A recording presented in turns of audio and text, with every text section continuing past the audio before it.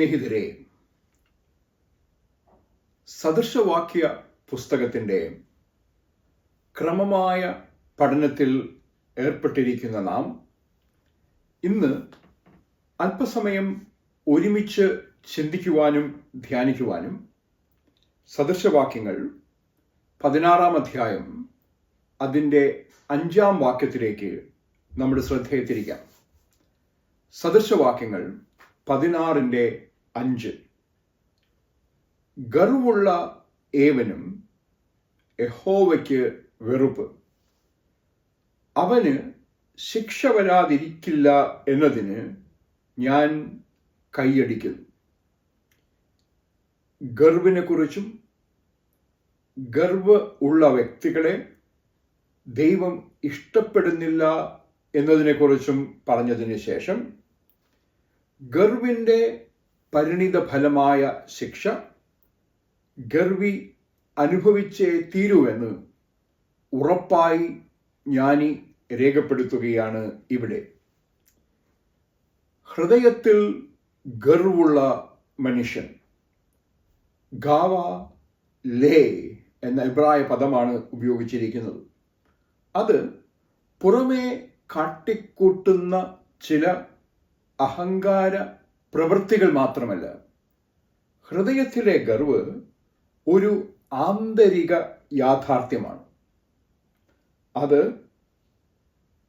ബാഹ്യമായി ചിലപ്പോഴൊക്കെ രൂപവും ഭാവവും എടുക്കാറുണ്ടെങ്കിലും അത് ഉള്ളറകളിലുള്ള ഒരു വ്യക്തിയുടെ സ്വഭാവത്തിൻ്റെ അന്തസത്തയെ തന്നെ ബാധിക്കുന്ന ഒരു യാഥാർത്ഥ്യമാണ്.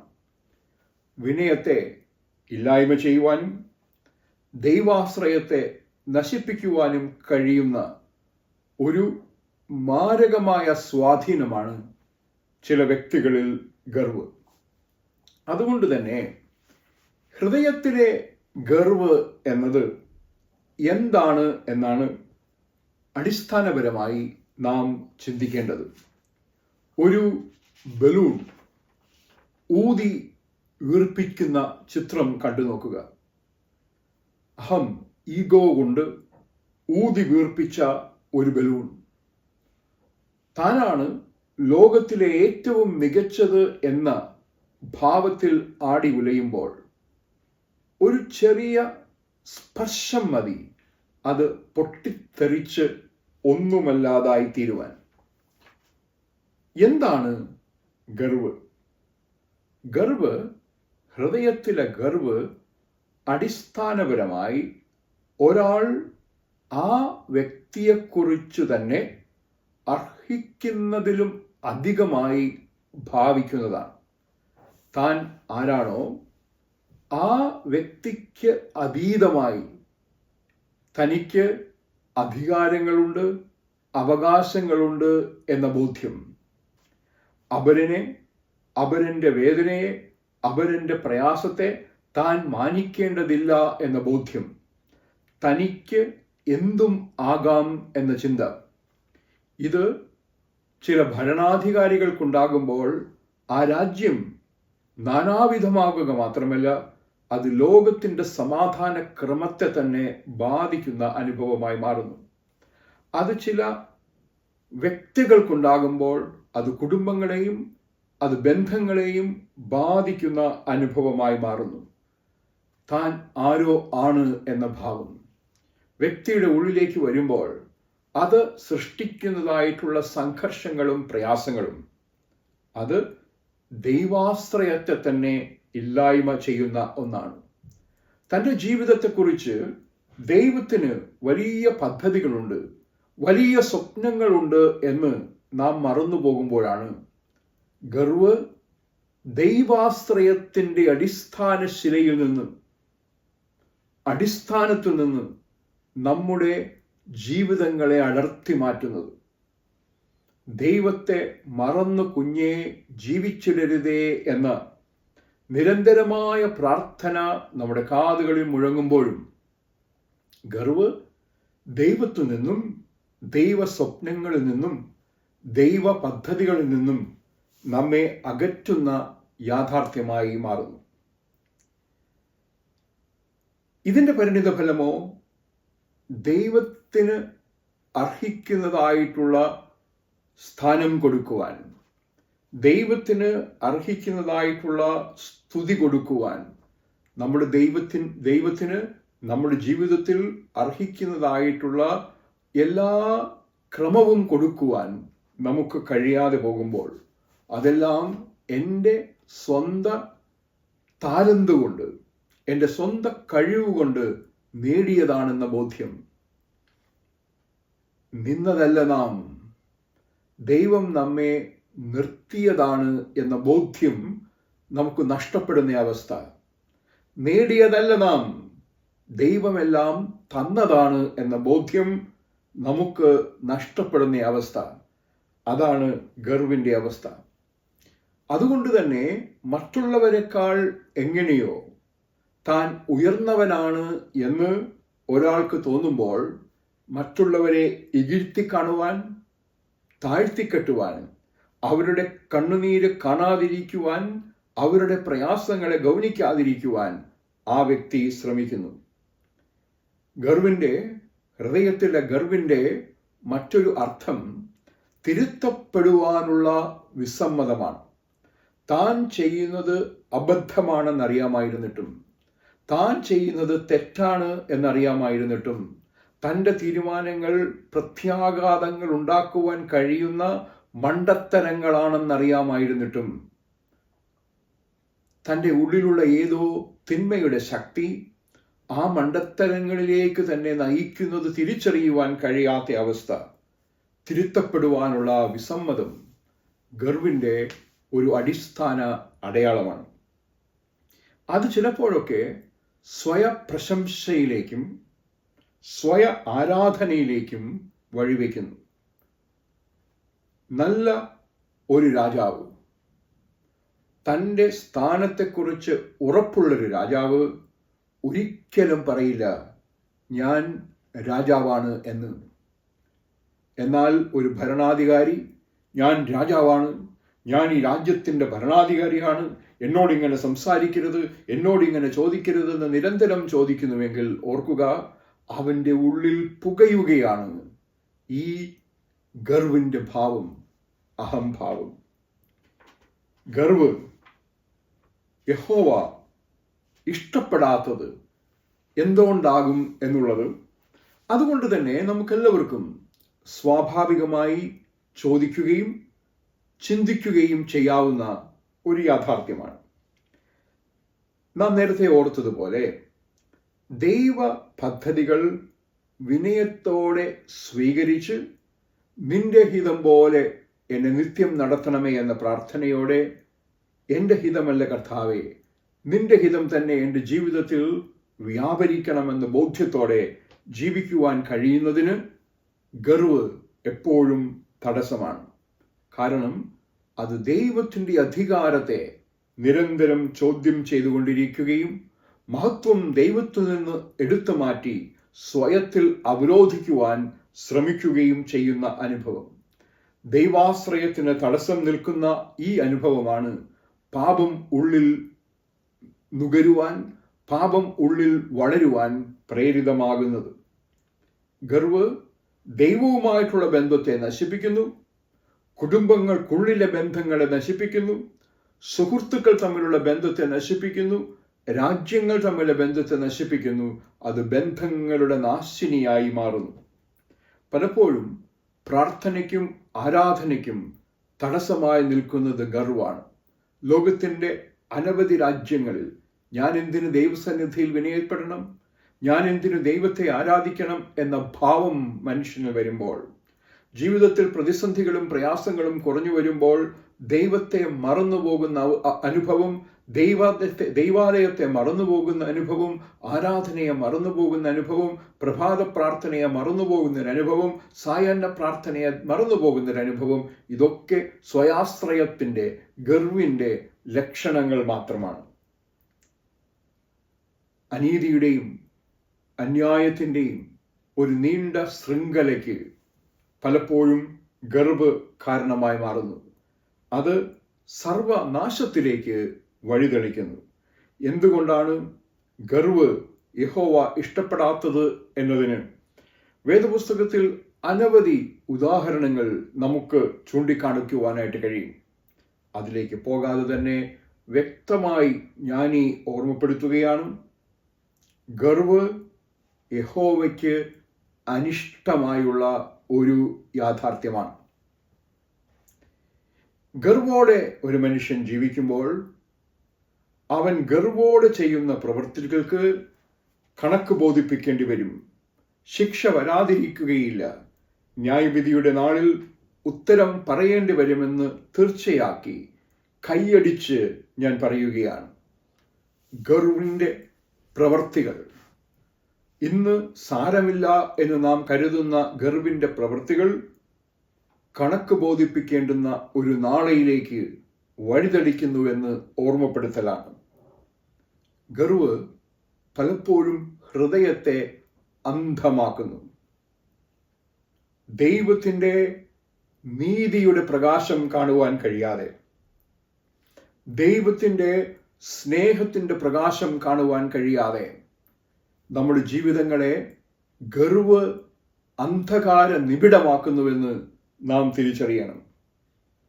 ആ അന്ധകാര നിബിഡമായ അവസ്ഥ പലപ്പോഴും ദൈവത്തിൻ്റെ വഴിനടത്തൽ തിരിച്ചറിയുവാനും അനുഭവിക്കുവാനും തടസ്സമായി മാറുന്നു. അത് ചിലപ്പോഴെങ്കിലും ദൈവ പദ്ധതികൾക്കെതിരെ നിൽക്കുന്ന, ദൈവത്തെ എതിർത്തു നിൽക്കുന്ന ഒരു അവസ്ഥയിലേക്ക്, നമുക്കില്ലാത്തതായിട്ടൊരു സുരക്ഷിതത്വം ലോകം നമുക്ക് തരുമെന്ന്, സമ്പത്ത് നമുക്ക് തരുമെന്ന്, സ്ഥാനമാനങ്ങൾ നമുക്ക് തരുമെന്ന് കരുതിയുള്ള ഒരു തരം ഇല്ലാത്ത സുരക്ഷിതത്വ ബോധത്തിലേക്ക് നമ്മെ വഴിതെടുത്തുന്ന അനുഭവം. ആ അനുഭവത്തിലൂടെ ജീവിച്ച്, ദൈവത്തെ മറന്ന് ജീവിച്ച്, മനുഷ്യനെ ദ്രോഹിച്ച് ജീവിച്ച് ഗർവോടെ ജീവിക്കുന്നവർക്ക് ശിക്ഷാവിധി ഉണ്ടാകും എന്ന് വളരെ വ്യക്തമായി ഞാൻ ഇവിടെ രേഖപ്പെടുത്തുകയാണ്. വിനയമുള്ളവർ കൃപ എന്ന യാഥാർത്ഥ്യത്തിന് യോഗ്യരായി തീരുമ്പോൾ, അവർ കൃപയുടെ പരിണിത ഫലമായ ഉയർച്ച സ്വീകരിക്കുമ്പോൾ, ഗർവി നാശത്തിൻ്റെ പാതയിലേക്ക് നടന്ന് ചെല്ലുന്ന അവസ്ഥയെക്കുറിച്ചാണ് ഇവിടെ നാം മനസ്സിലാക്കുന്നത്.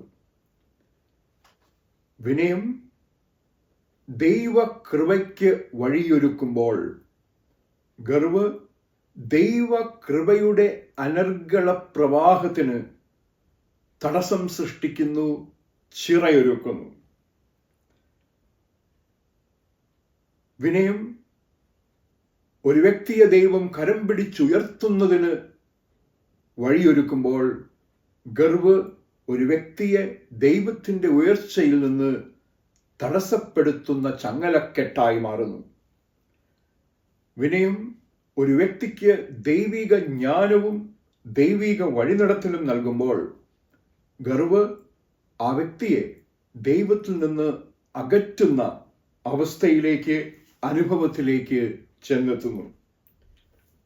വിനയം സമാധാനപരമായുള്ള ബന്ധങ്ങളിൽ, ദൈവവുമായിട്ടുള്ള അനർഗളമായൊരു ബന്ധത്തിൽ വഴിവെക്കുമ്പോൾ, ഗർവ് പലപ്പോഴും ബന്ധങ്ങളെ ഇല്ലായ്മ ചെയ്യുന്നു. അത് നിത്യമായ നാശത്തിലേക്ക് വഴി നടത്തുകയും ചെയ്യുന്നു. ഗർവിന് നാം ഓർക്കേണ്ടുന്ന മറ്റൊരു തലം, വ്യക്തിപരമായി ജീവിതങ്ങളെ തിന്മയിൽ സ്വാധീനിക്കുന്നു എന്നത് മാത്രമല്ല, ഗർവ് പലപ്പോഴും സമൂഹങ്ങളുടെ യാഥാർത്ഥ്യമാണ്. അതിനൊരു സാമൂഹിക തലമുണ്ട്. ഈ അടുത്ത കാലത്ത് നാം കേട്ട ചർച്ചകളിൽ ഞാൻ ഉന്നത കുലജാതൻ എന്നൊരു ഗർവ്, അത് ജാതി വ്യവസ്ഥയെ ഊട്ടി ഉറപ്പിക്കുന്നൊരു ഗർവാണ്. തീർച്ചയായും ന്യായം വിധിക്കപ്പെടേണ്ടുന്ന ഒരു ഗർവ്. പല കാരണങ്ങൾ കൊണ്ട് മനുഷ്യൻ സാമൂഹിക തട്ടുകളിൽ അകപ്പെടുമ്പോൾ, താൻ ഈ ഉയർന്ന തട്ടുകളിൽ ഒന്നാണ് എന്ന് സ്വയം ഒരു വ്യക്തി അവകാശവാദം ഉന്നയിക്കുന്നതാണ് ഗർവിൻ്റെ അനുഭവം. അടിസ്ഥാനപരമായി ഈ ഗർവ് സമൂഹങ്ങളെ ചിഹ്നിക്കുന്നു. അത് മനുഷ്യരെ മനുഷ്യരിൽ നിന്ന് അകറ്റുന്നു. സമാനതകളും സാമ്യതകളും ആഘോഷിക്കുന്നതു പകരം അത് വ്യത്യാസങ്ങൾ കണ്ടെത്തി ആ വ്യത്യാസങ്ങൾ മനുഷ്യനെ മാറ്റി നിർത്തുന്നതിന്, അകറ്റി നിർത്തുന്നതിന് കാരണം അന്വേഷിക്കുന്ന അനുഭവമായി മാറുന്നു. അത് ഭിന്നതയുടെ അടിസ്ഥാനമായി, ഭിന്നതയുടെ നിദാനമായി തീരുന്നു. അത് തിരുത്തപ്പെടുന്നതിനെപ്പോഴും തടസ്സം സൃഷ്ടിച്ചുകൊണ്ടേയിരിക്കുന്നു. ദൈവത്തിൻ്റെ ഇടപെടലിന് അത് തടസ്സമായി നിൽക്കുന്നു. അത് ഒരു വ്യക്തി മറ്റൊരു വ്യക്തിയുമായി അതിശക്തമായ സ്നേഹബന്ധം ഊട്ടിയുറപ്പിക്കുന്നതിന് തടസ്സമായി നിൽക്കുന്നു. അനേകം കുടുംബങ്ങൾ ഇന്ന് തകർച്ചയുടെ അനുഭവത്തിലേക്ക് പോകുവാനായിട്ടുള്ളൊരു കാരണം ഗർവിൻ്റെ ഈ അനുഭവം ചിലരിൽ വന്നു പോകുന്നത് കൊണ്ടാണ്. താനാണ് എല്ലാം തീരുമാനിക്കേണ്ടത് എന്ന ഗർവ്, പുരുഷാധിപത്യത്തിൻ്റെ ഗർവ് ചില പുരുഷന്മാരിൽ ഉണ്ടാകുമ്പോൾ, സ്ത്രീവാദങ്ങളുടെ ഗർവ് ചില സ്ത്രീകൾക്കുണ്ടാകുമ്പോൾ, ആധുനികവാദങ്ങളുടെ ഗർവ് ചില മക്കൾക്കുണ്ടാകുമ്പോൾ, സമത്വത്തിൻ്റെ ഈ ശ്രമത്തിനിടയിൽ പലപ്പോഴും ബന്ധങ്ങളുടെ ഊഷ്മളത നഷ്ടപ്പെട്ടു പോകുന്നത് നാം തിരിച്ചറിയാറുണ്ട്. അതുകൊണ്ട് തന്നെയാണ് ഹൃദയത്തിലെ ഗർവിന് ഒരു സാമൂഹിക തലമുണ്ട്. അതൊരു വ്യക്തിയുടെ ഹൃദയത്തിൽ നിന്നുയർന്ന് തതുല്യമായി ചിന്തിക്കുന്ന വ്യക്തികളുമായി ഒരു ശൃംഖല സൃഷ്ടിക്കുകയും ആ ശൃംഖല ഒരു സാമൂഹികമായ ഗർവിലേക്ക് വഴിവെക്കുകയും ചെയ്യുന്നു എന്ന യാഥാർത്ഥ്യം നാം മറന്നുപോകാതിരിക്കരുത് എന്ന് ഇവിടെ ഓർമ്മപ്പെടുത്തപ്പെടുകയാണ്. പലപ്പോഴും ഗർവ് പാപങ്ങളുടെയൊക്കെ അടിസ്ഥാനമായി മാറാറുണ്ട്. യെശയ്യാവിൻ്റെ പ്രവചന പുസ്തകം 14 അധ്യായം 12 മുതൽ 15 വരെയുള്ള വേദഭാഗത്ത് ഗർവിൻ്റെ ഏറ്റവും മകുടമായ ഒരു ഉദാഹരണത്തെ നമുക്ക് കാണുവാനായിട്ട് കഴിയും. മലാഖയായ ലൂസിഫറിൻ്റെ വീഴ്ചയുടെ ചിത്രമാണ് അവിടെ നാം കാണുന്നത്. ആ വീഴ്ചയ്ക്ക് നിദാനമായി മാറുന്നത് ഈ ഗർവാണ്. ദൈവത്തെ സേവിച്ച്, ദൈവതിരുസന്നിധിയിൽ ദൈവത്തെ സ്തുതിച്ച് സന്തോഷത്തോടെ വാഴുന്നതിന് പകരം ഒരു ബദൽ രാജ്യ സംവിധാനം തൻ്റെ നേതൃത്വത്തിൽ ഉണ്ടാകണമെന്ന മോഹം തിന്മയ്ക്കുണ്ടായാലോ, തിന്മയുടെ സ്വാധീന ശക്തികൾക്കുണ്ടായാലോ, ഗർവ് വീഴ്ചയിലേക്ക്, പാപത്തിലേക്ക് വഴിതെളിക്കുന്നുവെന്ന് മാത്രമല്ല, അടിസ്ഥാനപരമായി അനവധി പാപങ്ങളുടെ അടിസ്ഥാന ശിലയായി അത് മാറുകയും ചെയ്യുന്നുവെന്ന് നാം മറന്നുപോകരുത്. ആദാമിൻ്റെയും ഹവ്വായുടെയും ജീവിതത്തിലും ഏദൻ തോട്ടത്തിലെ സകല സന്തോഷവും അവർക്ക് നൽകപ്പെട്ടിട്ടും ദൈവത്തെ പോലെയാകണം എന്ന മോഹം അവരിൽ പൈശാചികൻ സൃഷ്ടിച്ചപ്പോൾ ആ മോഹമാണ്, ആ ഗർവാണ് വീഴ്ചയിലേക്ക് വഴിവെച്ചത് എന്ന് നമുക്കറിയാം. അതുകൊണ്ട് തന്നെ ഈ ഗർവ് നമുക്ക് നൽകുന്ന സത്യമല്ലാത്ത, അസത്യനിബിഡമായ ഒരു സുരക്ഷിതത്വ ബോധമുണ്ട്. സമ്പത്ത് അത് കഴുകനെ പോലെ പറന്നുയരും. ആരോഗ്യവും ശക്തിയും ക്ഷയിക്കുവാൻ നിമിഷങ്ങൾ മതി. നാം ആശ്രയം വയ്ക്കുന്ന കാര്യങ്ങൾ എന്തു തന്നെയായാലും അതിനൊക്കെ പരിമിതികളുണ്ട്. ആ പരിമിതമായ യാഥാർത്ഥ്യങ്ങളിൽ ആശ്രയം വെച്ച് ഗർവോടെ നാം ജീവിക്കുകയാണെങ്കിൽ ആ ഗർവ് നമുക്ക് നൽകുന്നതായിട്ടുള്ള സുരക്ഷിതത്വ ബോധം താൽക്കാലികമാണ് എന്ന് ഓർമ്മപ്പെടുത്തപ്പെടുകയാണ് ഇവിടെ. ഗർവ് ഒരു തരത്തിലുള്ള സ്വയസാക്ഷാത്കാര ബോധം, സ്വയപൂർണതാബോധം നമുക്ക് നൽകുന്നുവെങ്കിൽ എനിക്ക് കുറവുകളൊന്നുമില്ല, ഞാൻ പൂർണ്ണനാണ്, എനിക്കാരുടെയും സഹായം ആവശ്യമില്ല, ഒറ്റയ്ക്ക് എനിക്ക് നേടിയെടുക്കാവുന്നതേ ഉള്ളൂ. ഇന്ന് ഞാൻ നേടിയതെല്ലാം ഒറ്റയ്ക്ക് നേടിയതാണ്, ഞാൻ ഒറ്റയ്ക്ക് ആസ്വദിക്കും. ഇതൊക്കെ ഗർവിൻ്റെ പ്രതിഫലനങ്ങളാണ്. ജീവിതത്തിൽ ജീവിത യാഥാർത്ഥ്യങ്ങളും ജീവിത വിജയവും ദൈവത്തിൽ ആശ്രയിച്ച് ഉള്ളതാണെന്ന് ഗർവ് മറന്നുപോകുന്ന യാഥാർത്ഥ്യം. സ്നേഹിതരെ, ഗർവിനെ കുറിച്ചുള്ള ഈ ഉത്ബോധനം അത് ഗർവികൾക്ക് മാത്രം ഉള്ളതല്ല.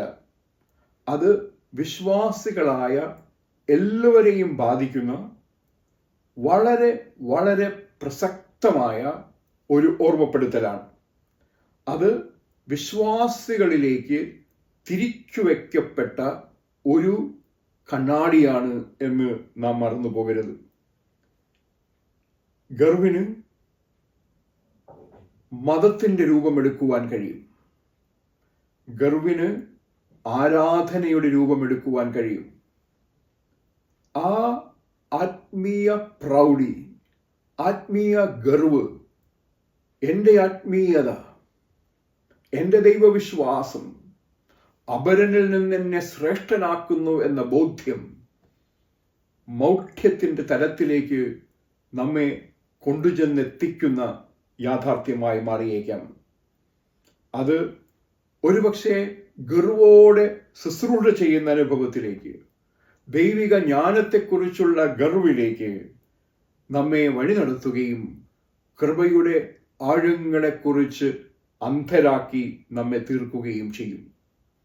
അതുകൊണ്ട് തന്നെ ന്യായവിധി എന്ന യാഥാർത്ഥ്യത്തെക്കുറിച്ച് ഓർമ്മപ്പെടുത്തുമ്പോൾ അത് ശാപവാക്കല്ല, ഒരു വിശ്വാസി ഒഴിവാക്കേണ്ടുന്നൊരു യാഥാർത്ഥ്യമാണ് ന്യായവിധി.